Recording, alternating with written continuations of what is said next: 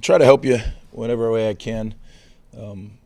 Obviously, a big game going on the road to Minnesota. We got a lot of work to do before we're ready to go play that game. So I think everybody knows that, and everybody's locked in on doing it. So it'll be how we prepare this week that'll be the difference. Questions? What did you just think of the offensive changes you guys made and your overall assessment of the quarterback play last week?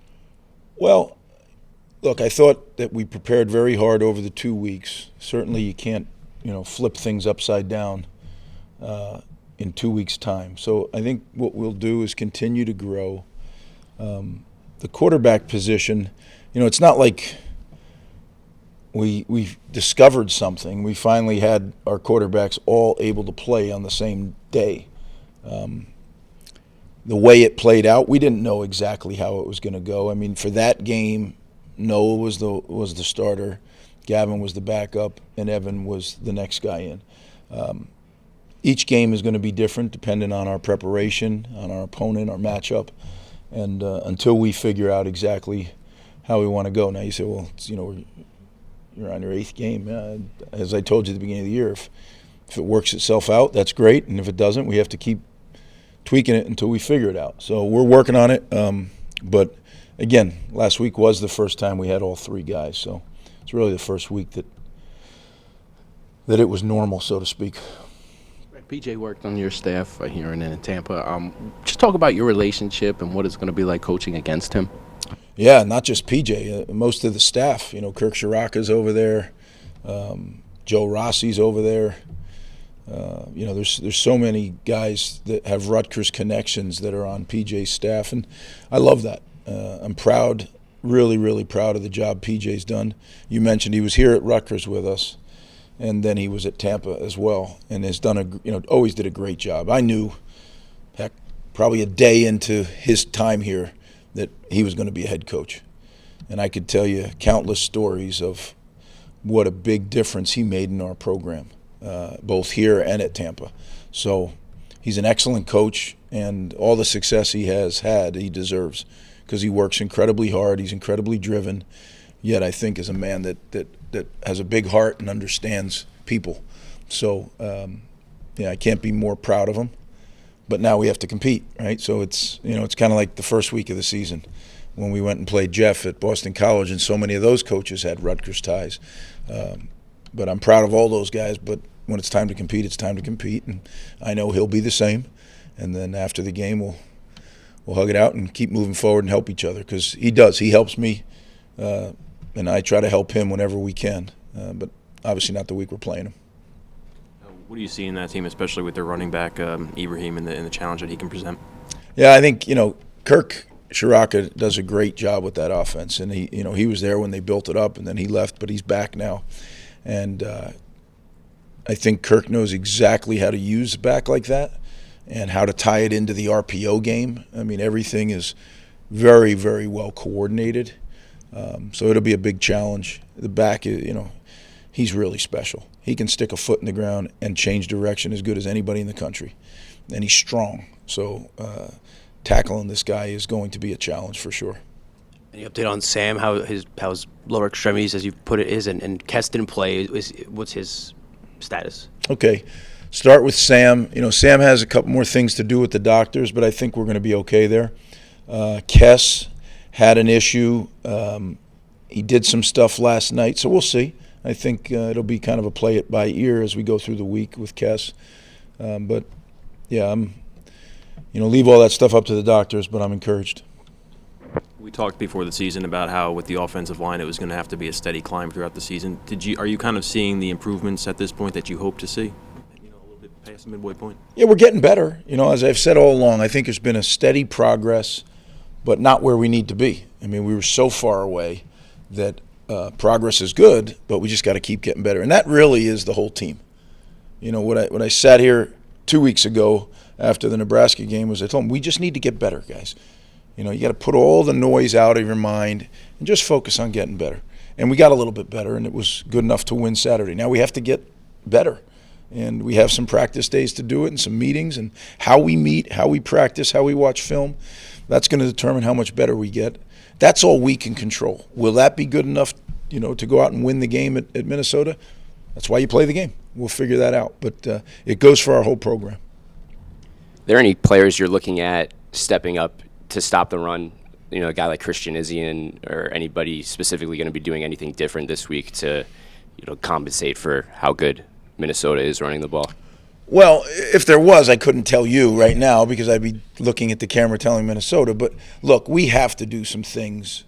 Obviously, they're very good at running the football, and he's very good.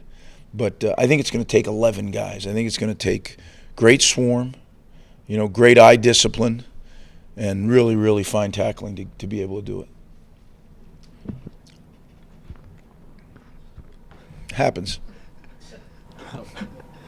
Christian Braswell has obviously been through a lot since he joined the program. What's it been like to see him be this productive and have this much of an impact on the defense this year? It's really great, to tell you the truth, because you hit it on the head. He has had such bad luck, whatever you want to call it. My heart was, going out to him because he worked so hard to recover from the knee surgery, and then some other things got him, and I was just like, this guy, he's really got the short end of the stick. But as of late, he's really been productive. He's playing at a high level, and certainly, that interception for the touchdown was a deciding play in the game. So couldn't be more happy, and he's a great kid too. He's not a kid, a great young man, great person, like a lot of our guys. But I've been very, very pleased to have him in our program. Sean Ryan had a few big catches. Is that what you saw out of him when you got him from the portal, and is that what you kind of expected from him? It is. I think that he's a bigger guy. We don't really have very many of those guys. So, when you're talking about competing for a 50-50 ball, well, why has it got to be 50-50, right? If you give him a chance, the receiver clearly has the advantage. And he's got really strong hands. He's got a good frame, and he can go up and get the football. And he also has good hands when he's running routes, inward breaking routes, which, you're going to get hit on. So I think he has a chance to really – I think he's got a feel for what we're doing. I think we've learned what he's best at. So I think he's got a chance to do this here in the back half of the season. Defensively, you guys rank in the top 10 in a lot of categories, but, a majority of that side of the ball has multiple years of eligibility remaining, a lot of underclassmen. How much room of growth do you see in that unit? How much better can they get? Oh, I think we can continue to get a lot better. Yeah, and I think we can strengthen our depth as we get better. So, every Sunday night we're out there with the younger players just working on technique and then going and playing the game of football because that's the way you get better at playing. And really it's guys who don't play on Saturday. So, Gavin was out there, did a tremendous job. And, I've talked to you guys about Gavin after the game. He was really a lot better from one Thursday to the next. And now the challenge is, can we do that again? And last night he did an excellent job. So I'm excited about his growth, and that's the whole football team. And when we talk about the defense, there's some older guys up there, the AZs and the Christian Izzians and the Fetties, but then there's a whole bunch of young players that are making plays. So I'm right there with you. We just need to keep getting better. I know it sounds so cliche, but you're either getting better or you're getting worse. That's the fact. Nobody stays the same. So we have to keep pushing each other to get better. What would you say, obviously, defensive coordinator Joe Harasimiak's going back to his former school as well. What's your assessment about the job he's done to this point for you? Joe's done an excellent job. Joe's an excellent football coach. He's a really fine communicator and connector with the players. I could say that for the whole defensive staff, though. I really have been impressed the way that they have come together, the way that they've connected with our guys, the level of detail that they've coached with. I'm very pleased, very, very pleased with the way those guys work together and the way that they've bonded with the players. And, I just look forward to see that continue to grow because a lot of those players are young guys. I know you emphasize special teams a lot. What's it been like coaching without an actual coordinator as one of the 10 assistants? We all kind of pitch in. I kind of try to head it off because I don't want to distract from anybody else's job in the offense or the defense.